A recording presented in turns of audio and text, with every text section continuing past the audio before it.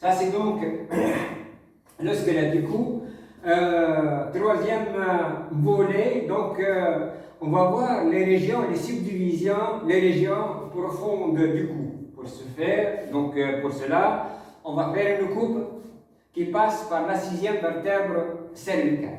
La sixième vertèbre cervicale, telle qu'elle est présentée, donc telle qu'elle se présente par une vue inférieure, avec un corps qui est allongé transversalement. Un corps qui est allongé transversalement, des processus transverses bifides avec le foramen transversaire, un processus du côté droit, un processus du côté gauche et un processus épineux qui est bifide au niveau postérieur, et nous avons un foramen vertébral qui est arrondi, donc qui est triangulaire, donc avec un rectangle quelconque. Alors, qu'est-ce qu'on trouve juste devant la colonne vertébrale? Nous allons trouver une lame qui descend verticalement, une lame qui descend verticalement sous forme de rideau, et qui s'appelle la lame profonde du fascia cervical. La lame profonde du fascia cervical, cette lame est espacée de la face antérieure de la colonne vertébrale. Donc il y a un espace qui va être occupé par des muscles par la suite. Et donc ça s'appelle la lame profonde du fascia cervical. Alors, autour du cou, on va trouver une autre lame, donc une autre lame qui est renforcée postérieurement. On va revenir à cette ligne de renforcement, donc qui est renforcée postérieurement par un ligament très important, un ligament qu'on appelle le ligament nucal. Le ligament nucal.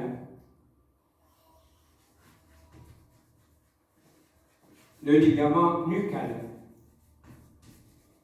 Le ligament nucal. Et là, j'ai dit qu'il s'agit de la lame profonde du fascia. Le fascia. Le fascia, c'est une membrane qui englobe, qui constitue la couverture des muscles et de la délimitation des régions. Et donc, nous avons cette lame profonde du fascia cervical, et nous avons cette lame superficielle du fascia cervical. Cette lame superficielle, donc, elle va passer vers l'avant et elle va trouver un muscle sur son trajet. Ça va englober le muscle. Il s'agit du muscle sternocleidomastoïdien. On va y revenir par la suite. Et par la suite, ça va passer devant la trachée et ça constitue la même chose de l'autre côté. Et ce fascia donc va faire le tour, donc autour du cou. Et donc il s'agit d'une limite sous-cutanée. C'est le moyen de délimitation de la région du cou. Et là, on commence à avoir les régions du cou, donc une région qui est antérieure et une région qui est postérieure, donc ça commence à s'avancer. Nous avons dit que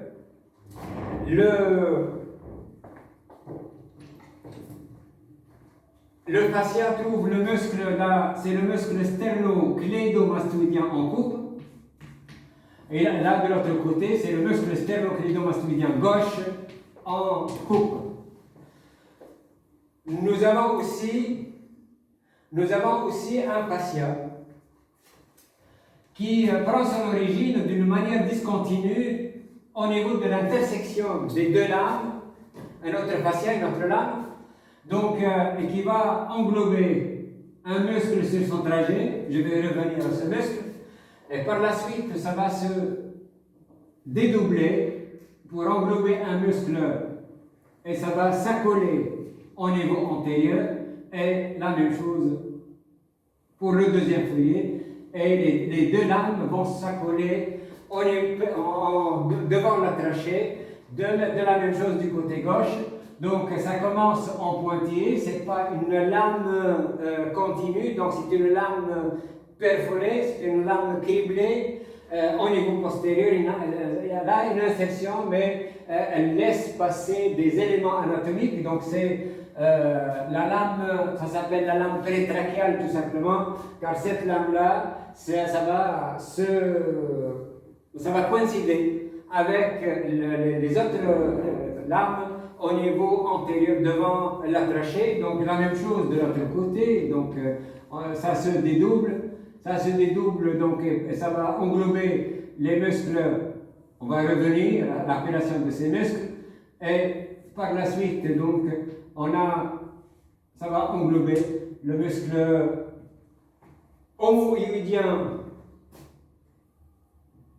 droit, le muscle homoïdien gauche, le muscle sterno-hyoïdien, le muscle sternothyroïdien, le muscle sterno-hyoïdien, le superficiel, et le muscle sternothyroïdien, le profond, du côté gauche.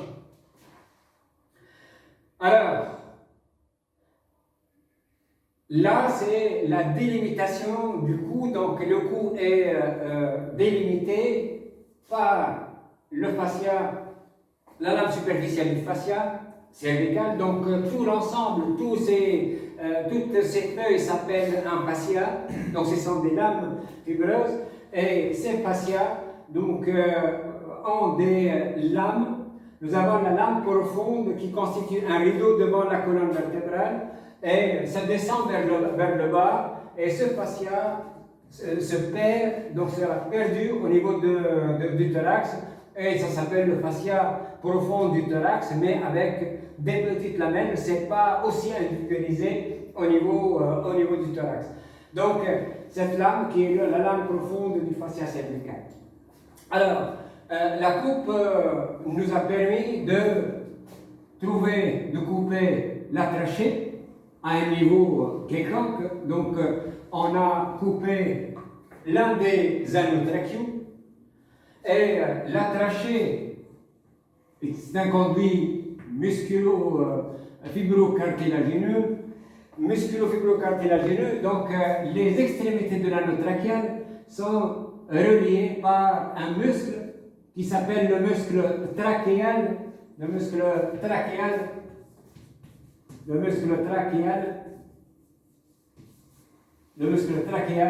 Donc le muscle trachéal, c'est un muscle lisse.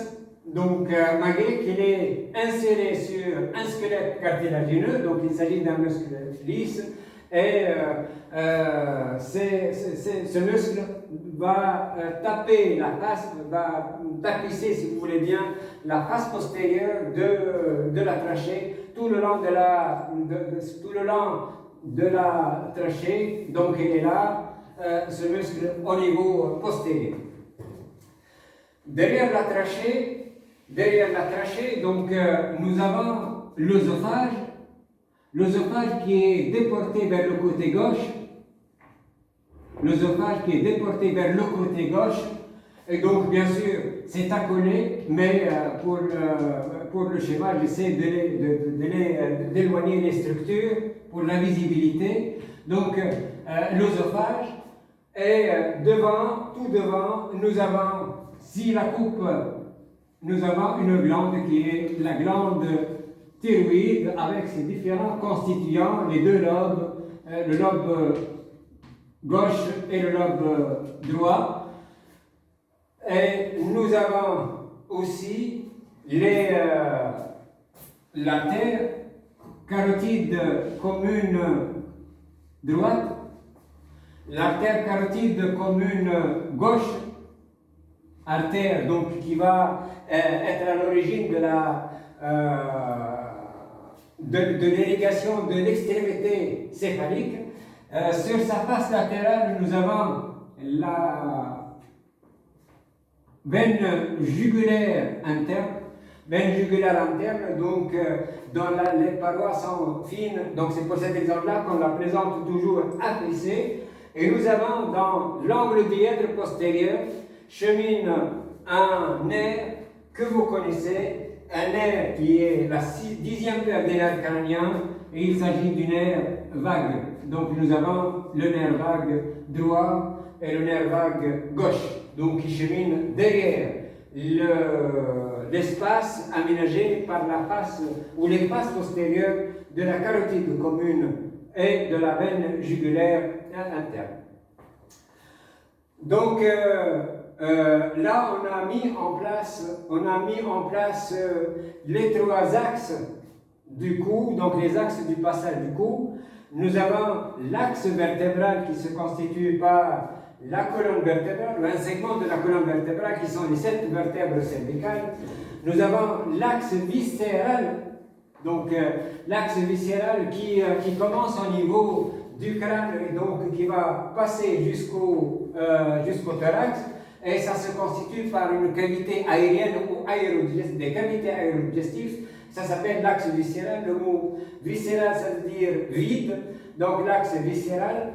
Et nous avons l'axe vasculaire, donc 3V, axe vertébral, axe viscéral et axe vasculaire. Et ces 3 axes sont des axes de transition. Et c'est pour cette raison-là, au niveau de la définition du cou, on l'a appelé une région de transition entre la tête et le cou. Donc les éléments principaux, les éléments constitutifs, les axes, sont des éléments de passage. Donc l'axe vertébral, l'axe vasculaire et l'axe viscéral, donc au niveau du cou. Alors, artificiellement et conventionnellement, on va mettre en place des plans. On va mettre en place des plans, et un plan qui va passer par les processus transverses, qui va passer par les tubercules postérieurs des processus transverses, des tubercules du côté droit et du côté gauche. Un plan qui va être comme ça.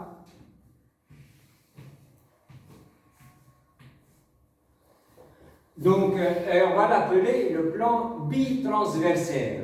Plan bitransversaire, puisqu'il passe par les 2 processus transverses. Il s'agit d'un plan conventionnel. C'est vrai qu'on a les repères au niveau de ce plan, mais il s'agit d'un plan conventionnel qui n'existe pas au niveau naturel.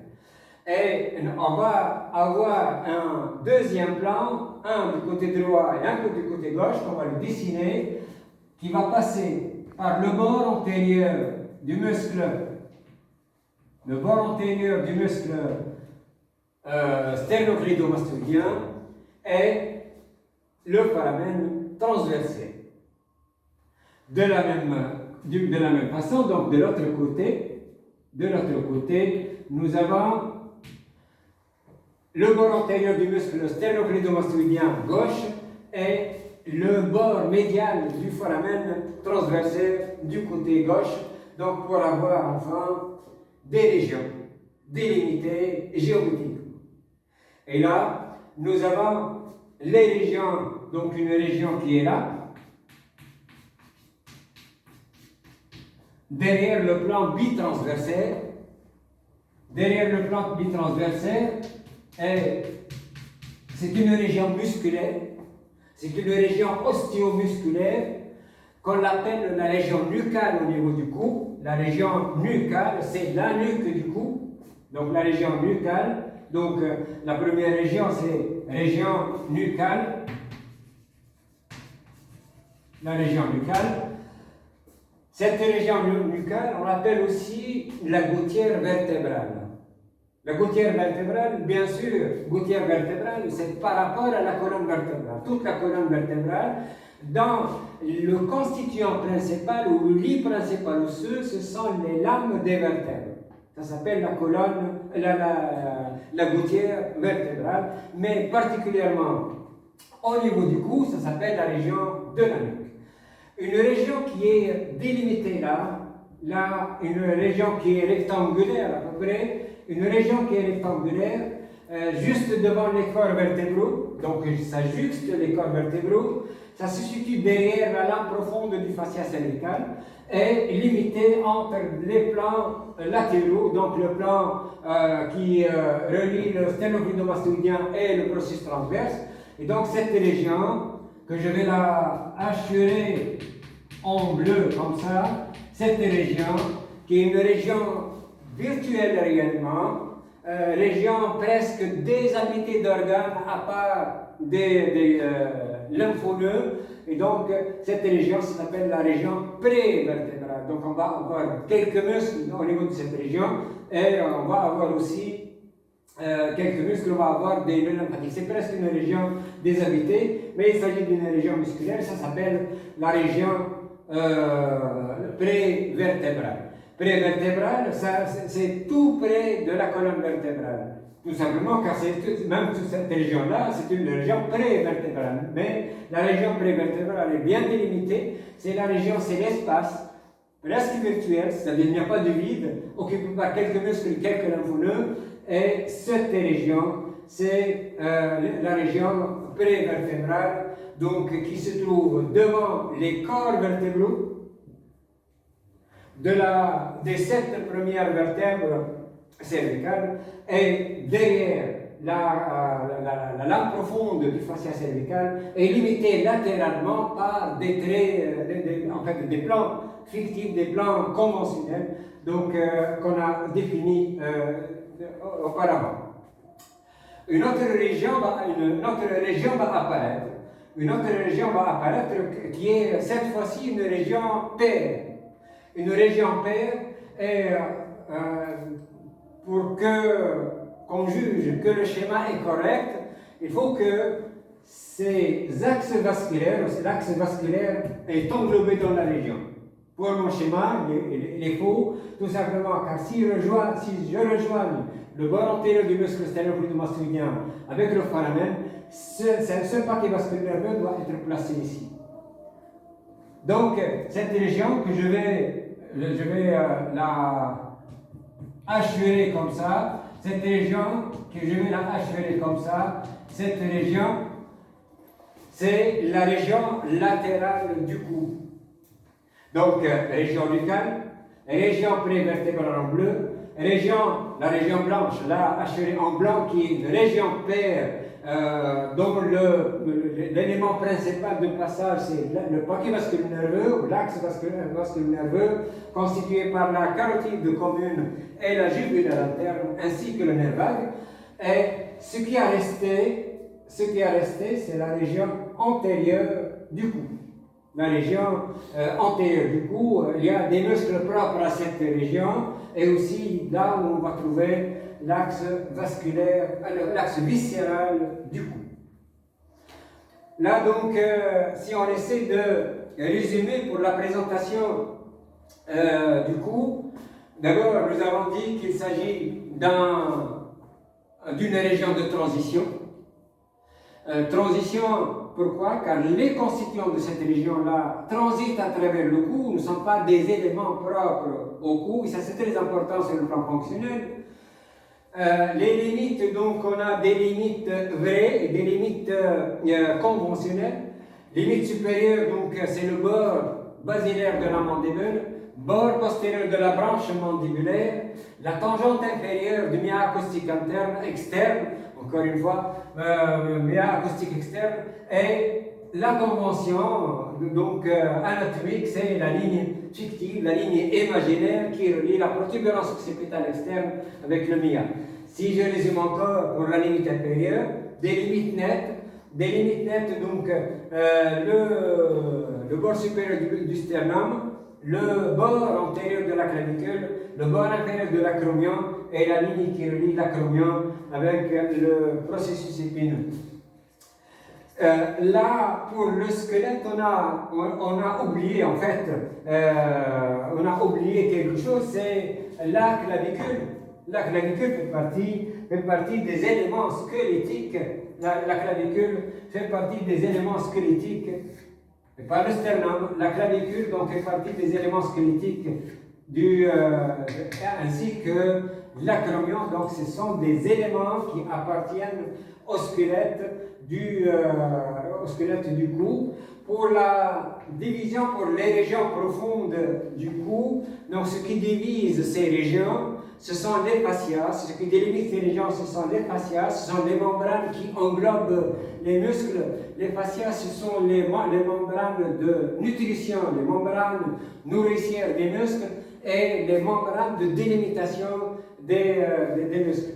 Alors, le fascia superficiel ou la lame superficielle du fascia donc s'insère en haut sur les limites, donc elle est ancrée sur les limites supérieures du cou et elle s'insère en bas sur les limites inférieures du cou. Donc au niveau du cou, nous avons la lame superficielle qui est attachée fortement au niveau du bord basilaire, au niveau du bord postérieur de la branche, au niveau du mia, au niveau de l'occipital, à un niveau bien déterminé, c'est pas ce niveau-là. Et au niveau inférieur, la lame superficielle, donc ce manchon fibreux, donc va s'insérer autour de la base du cou, sur le bord supérieur du mandibulorum. D'ailleurs, au niveau de cette insertion, la lame se dédouble. Elle crée un espace mort, donc au niveau de cet espace, au niveau de la couche sternale, ça s'insère sur le bord antérieur de la clavicule, ça s'insère sur le bord latéral de l'acromion et fortement ancré sur le processus épineux. Une autre remarque, ce manchon fibreux qui entoure le cou inséré en haut sur les limites du cou en bas et en haut, donc a un renfort principal qui prend son origine à partir de la protubérance et qui va aller vers le processus épineux de la 7e vertèbre cervicale. On reviendra à cette structure qui est le ligament nucal, donc un renfort important sur les processus épineux. Et ce ligament nucal, tellement il est tendu entre le processus épineux de la 7e vertèbre cervicale et la protubérance occipitale externe, donc tellement il est tendu, il est fort, et il fait apparaître en relief ces deux structures. Donc ces deux structures au niveau de la nuque sont palpables, la protubérance occipitale externe et le processus épineux de la 7e vertèbre cervicale.